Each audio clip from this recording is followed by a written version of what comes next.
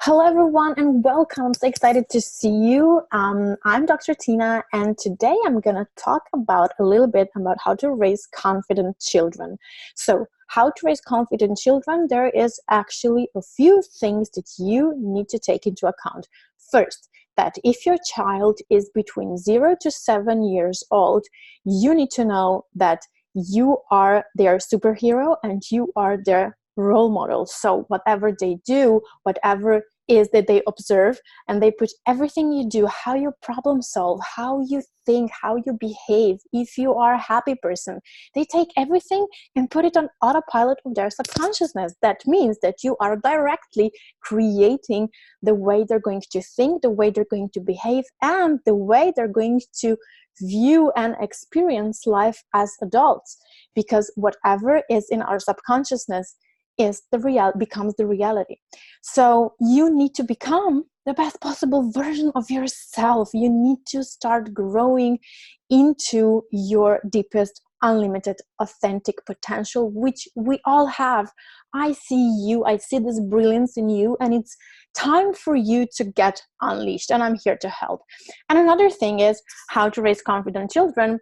When my daughter, she'll turn 4 in the next month, when she asks me, when she's building something with Lego blocks or doing something, drawing or something, she often comes and she's asking me to help her, like, Mommy, could you help me? Or how do I do this? How do I do it? Show me. And you know what I'm saying? If I would do that, if I would show her and I would tell her, you need to do this and like that, first, I'm killing her creativity and I'm killing her self-confidence.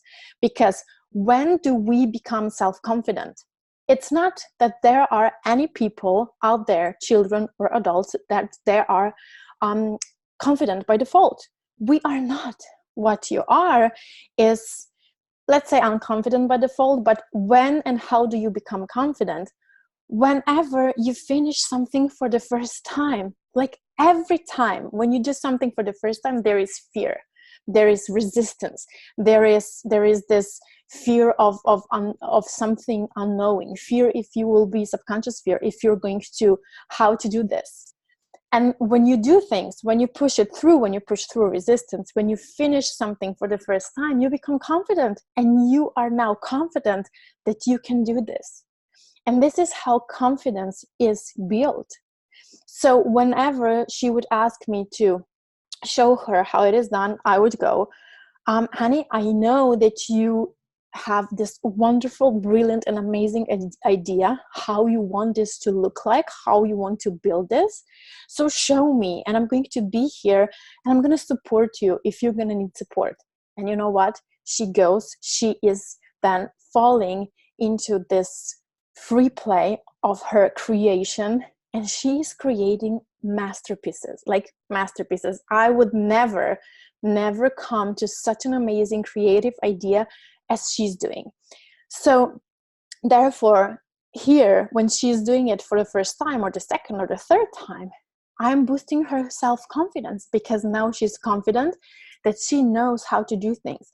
And when we teach children in a way, don't do this like that, don't do it this way, do it that way, this is the correct way of doing. Really? This is the way you think things should be done. But maybe your child has extraordinary ideas, extraordinary skills that are even better than yours, and you're killing their creativity with that, and you're killing their self-confidence because they are trying. Children are big they love to experiment, they research all the time, they look, they learn, and they are eager to know and to learn. Allow them to have that. And this is how self-confidence is really being built. This is how you raise a self-confident child. And another thing, you really need to know what kind of child, personality and everything, the behavior, what kind of type of a person your child is, because we have children that are fearful by default, and I did another video on that. And if you're dealing with that kind of a child, what would happen is that you will really, really kill their self-confidence, because you are pushing them too much to their extreme where they are not confident enough. And this is where actually children and adults are different. When you take an adult and push an adult actually to an extreme, to an edge, and really create this goal for someone, or when you create a stretch for someone, this is actually where an adult starts growing. Yes, we do have that kind of children which are not fearful by default, and we have that type of children. But if your child is fearful by default, and if your child really needs a lot of time to get adjusted to new places, new people, and it, at the beginning, it's really just holding on to you, and it's really needs the touch, needs your presence. This is actually where you need to stand for them as a parent, and constantly giving them the feeling that everything is okay and that they are safe. And those are children who are really growing up, becoming independent through your dependence. And they are having a longer period of being dependent before they grow into the independence. So in that way, allowing them to be dependent and constantly giving them the feeling and the proof that it is safe, that they are in the safe environment, that it is safe to play with other children, it is safe to, I don't know, to go and to ask someone what's his or her name. This is actually how confidence is created. Be there and support them, not telling them how things should be done. Okay, this is what I think. So if you like, subscribe. If you want to go onto my email list where I am sharing tons of information, boosting your self-confidence, boosting you as a parent, telling you that you are capable, that you are really the best possible parent by default, join my email list.